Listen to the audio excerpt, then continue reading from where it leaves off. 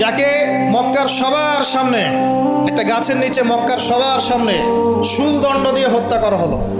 শূলদণ্ড মানে পিছনের রাস্তা দিয়ে কিছু একটা লোহার দণ্ড প্রবেশ করিয়ে মাথা দিয়ে বের করে দেওয়া।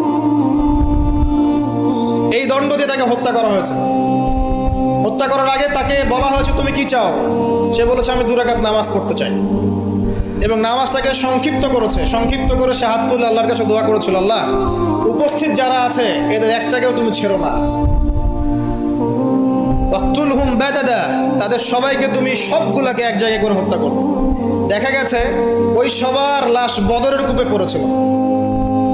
বদরের পরেও যে যুদ্ধগুলো হয়েছে এগুলোতে এরা মারা গেছে।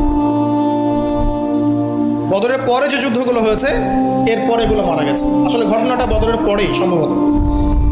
যাই হোক, আমি যেটা বলতে চাচ্ছি, খুবাইব রাদিয়াল্লাহু আনহুকে তখন অপশন দেওয়া হয়েছিল যে তোমার জায়গায় যদি মুহাম্মদ